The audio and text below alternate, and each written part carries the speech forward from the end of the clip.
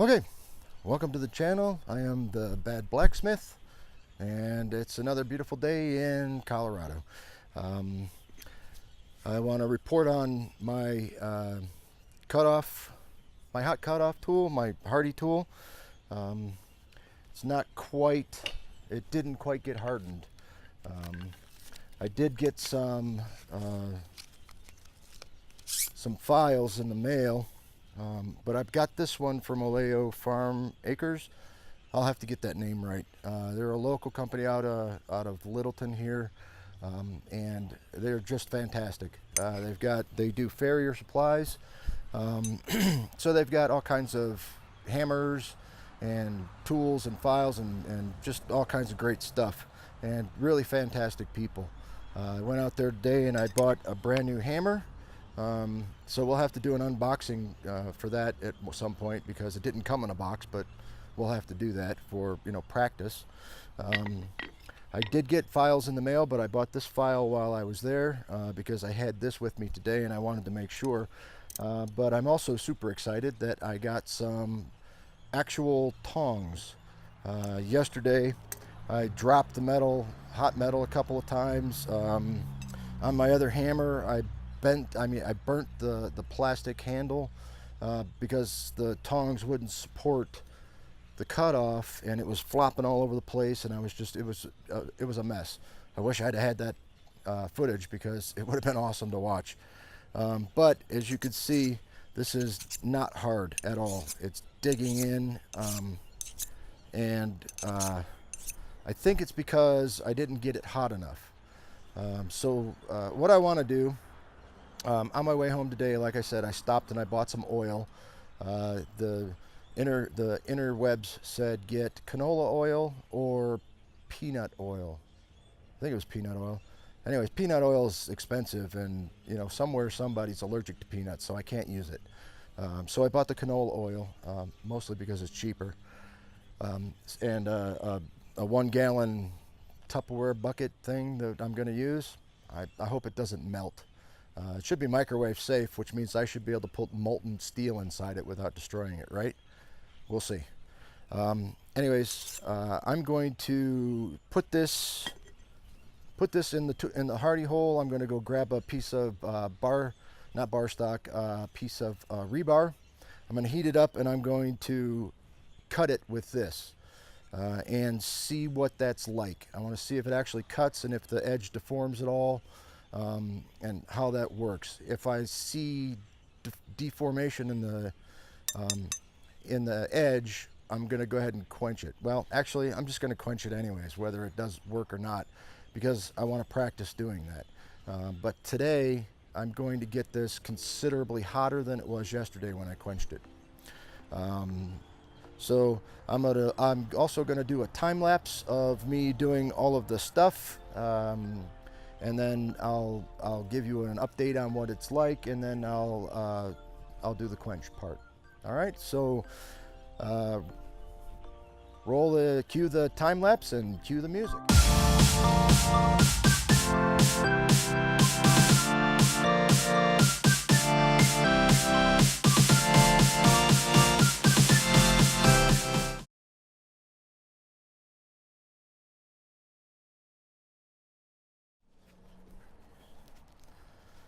Okay.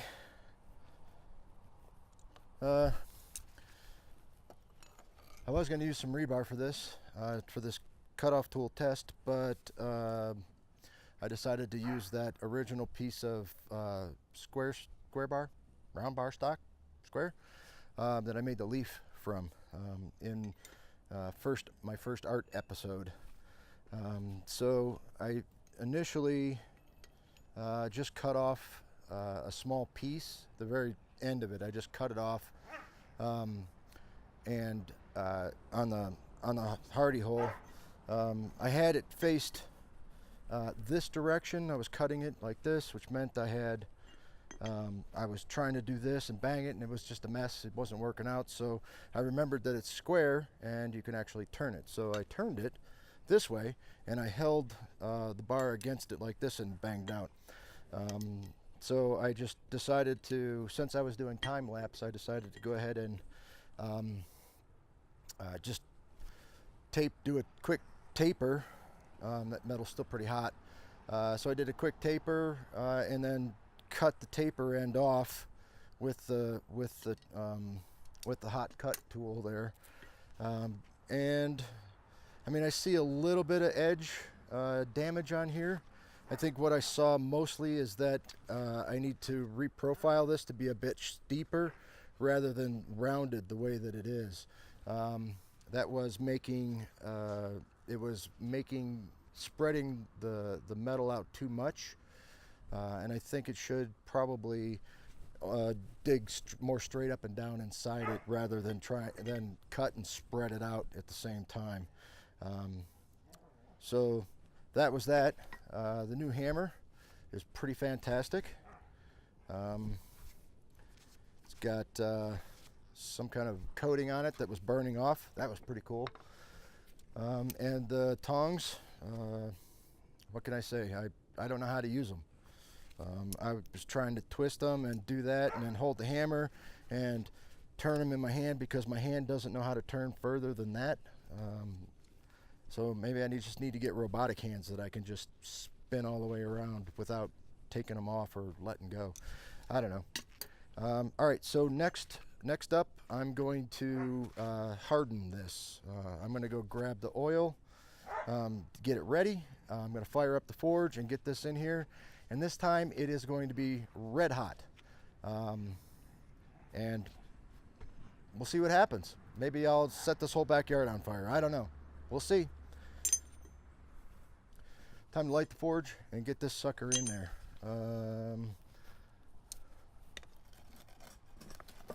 All this stuff is super hot. I don't have my gloves on because they're over there. But we'll get going. We'll make it work.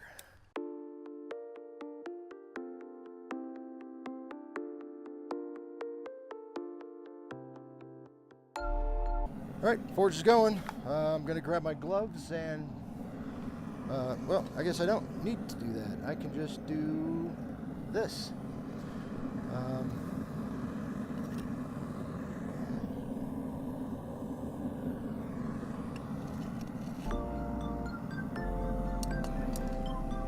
Got it in there, but I still need to get my glove.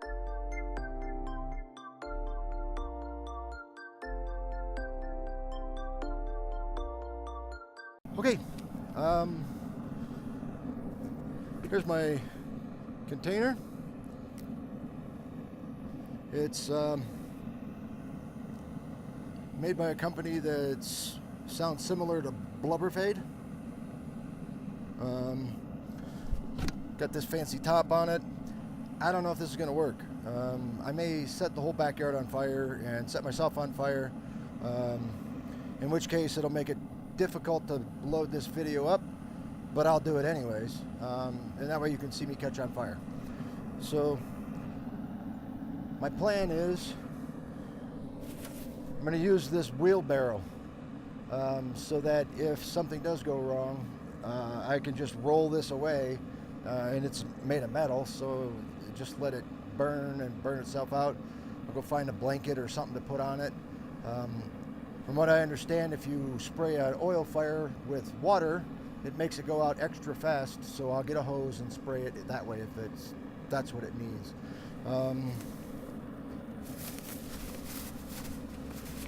Here's the oil I'm going to use. It's canola oil.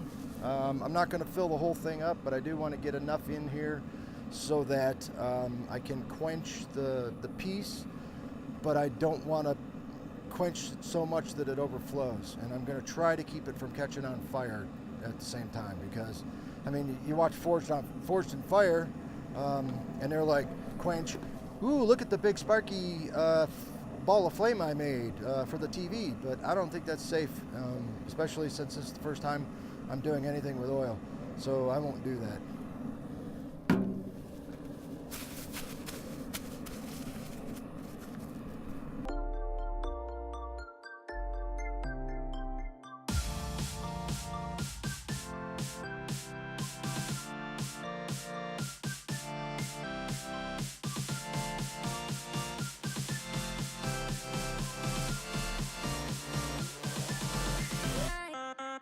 and I think that should do it.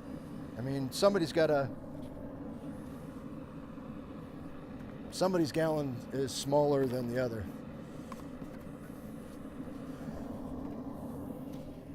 All right, so that's where we're at.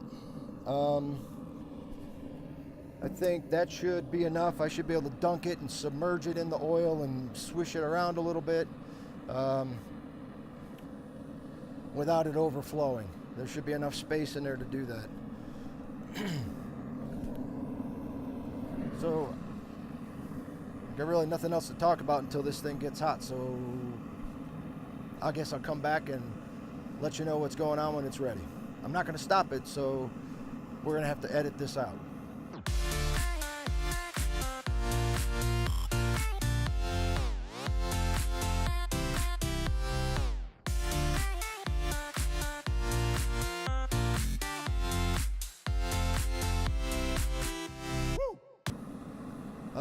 The other thing is, I'm not sure if this is high carbon steel. I looked up on the Google Nets, and I saw that there's a way to do spark tests and determine it, but that really only makes sense if you've actually got high carbon steel to compare the sparks with the low carbon steel at the same time. And I'm not sure I have any like real high carbon steel. Although the fine folks over at Oleo Farms, Acres, whatever it's called, I'm gonna have to fix that. Did donate a Farrier's rasp in a high carbon steel version. So thank you, awesome guys down at Oleo Farm Acres, Farrier Supply, because it was super cool to actually have something that I know is real high carbon steel. And I appreciate it very much. You guys are really awesome. I really enjoyed talking to you, and I was really, honestly, like a kid in a candy store in there, because there's so much stuff to look at. But I will test, I will spark test with the angle grinder, that Farrier's rasp. I forgot all about it. So I'll spark test that, and then this tool as well, and I'll compare the sparks and see what it looks like, if I can't determine that this actually hardens it. So we'll see what happens. Now back to the editing.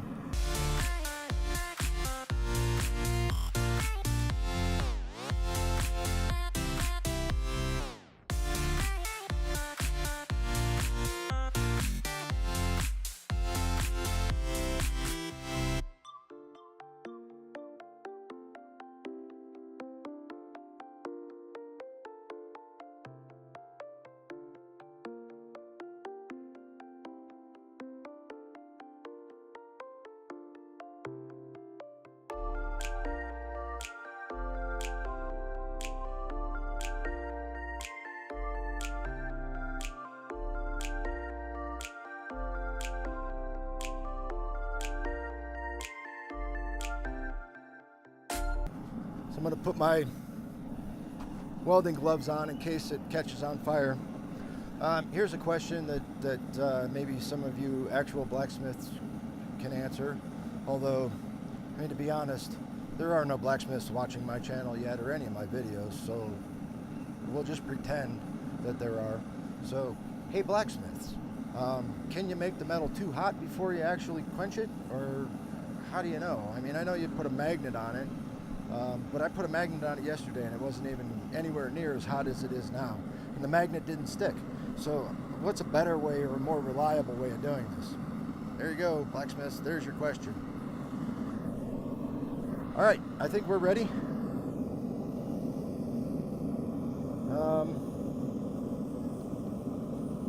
The sun was behind the clouds for a second. Now that I want to take this out and show you what color it is and get that all going for you to see, now the sun comes out of the clouds. So, and it's shining right in my face, so I can't tell if it's gonna go behind the clouds again or not.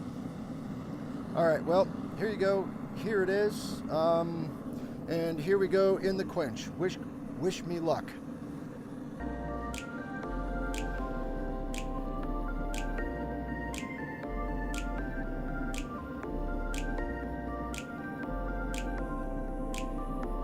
There's a small flame going. I don't know if the camera can pick it up. It went out when I submerged it. But there you go. Let's do the Forged in Fire thing. Looks straight, no warps. I didn't hear any pings. That was Forged in Fire.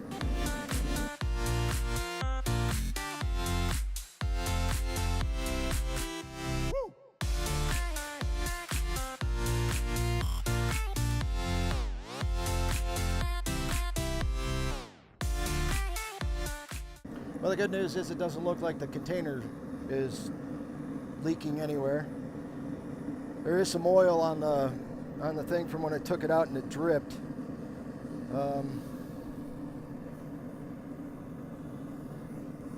I don't know.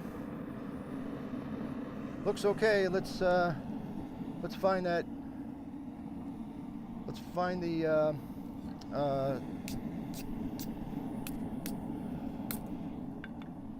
file and see what it sounds like. All right, this is the moment of truth. Here we go. Nope. Nope, didn't harden at all. I mean, it's digging in like crazy.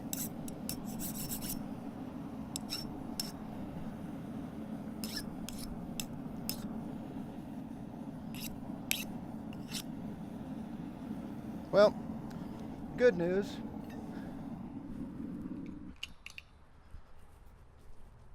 Good news is I didn't set myself on fire or the house or the yard or anything else on fire. I didn't destroy the container, so now I'll be able to put the fancy lid back on it and hold all that oil in there for the next time I'm going to actually quench something. The other good news is that this edge didn't take any real damage. There was a little bit of deformation on it. But not a lot. It wasn't significant. I mean, it's just very, very minor.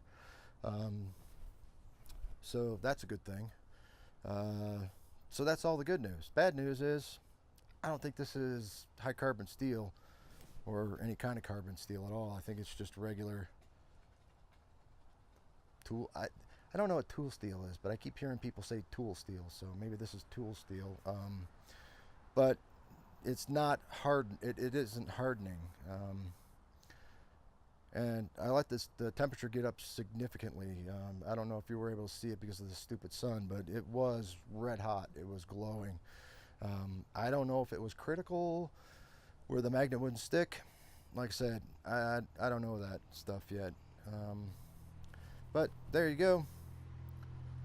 That's an experiment. So what I'll probably do over the weekend is clean this up and take the scale off.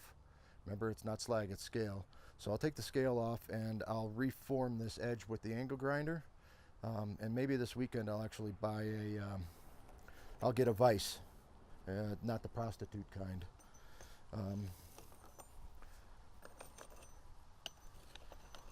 All right, so that's it for today.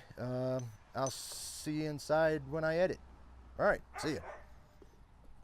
Okay, some of the things that we did today were visit a Farrier supply company, and I know outside while I was doing the work, I was getting the name wrong. It is Oleo Acres, and I'll put a link in the description for their site. And they're just great. They're absolutely great people. And basically the only place around here that carries anvils and hammers and tongs and steel and all of the things that you need as to be a blacksmith, as well as all of the things that anyone would need to be a farrier. Horseshoes, tongs, horseshoe hammer things. And the anvils are all designed to be horseshoe anvils. They've got, I mean, everything that you could need to be a farrier, they've got it. And they're branching out with their supplies and getting into blacksmith supplies as well. So Oleo Acres, they're in Littleton, and there's another site that I don't know where it's at from memory, but check their website out. If you're in the Denver area, it's a great place. Really friendly people. So that's that. My new hammer worked really well. I think it's heavier than the one I've got. I think this is 3 pounds. That's 3 pounds. I don't remember what the other one I have is, but I don't think it's that heavy. But it was doing pretty good with moving some steel. The flat part of the hammer worked pretty well. I did try to get the corner of the flat hammer part to dig in a bit, but I'm not very good at this. So I still had the metal, and I was hitting it at the edge to try to taper it and move it, but I was going to hit it with the corner. It was a mess. It didn't work. I'll have to heat some steel up, lay it flat on the anvil, turn the hammer sideways a bit to get an angle, and then hit it with that rounded edge of the flat part to see if I can use that as sort of a peen, like a peen would do. You would hit the metal with a peen to start moving it and drawing it out. So I'll try that next time I do stuff, which will probably be this weekend. The plastic container I have worked great.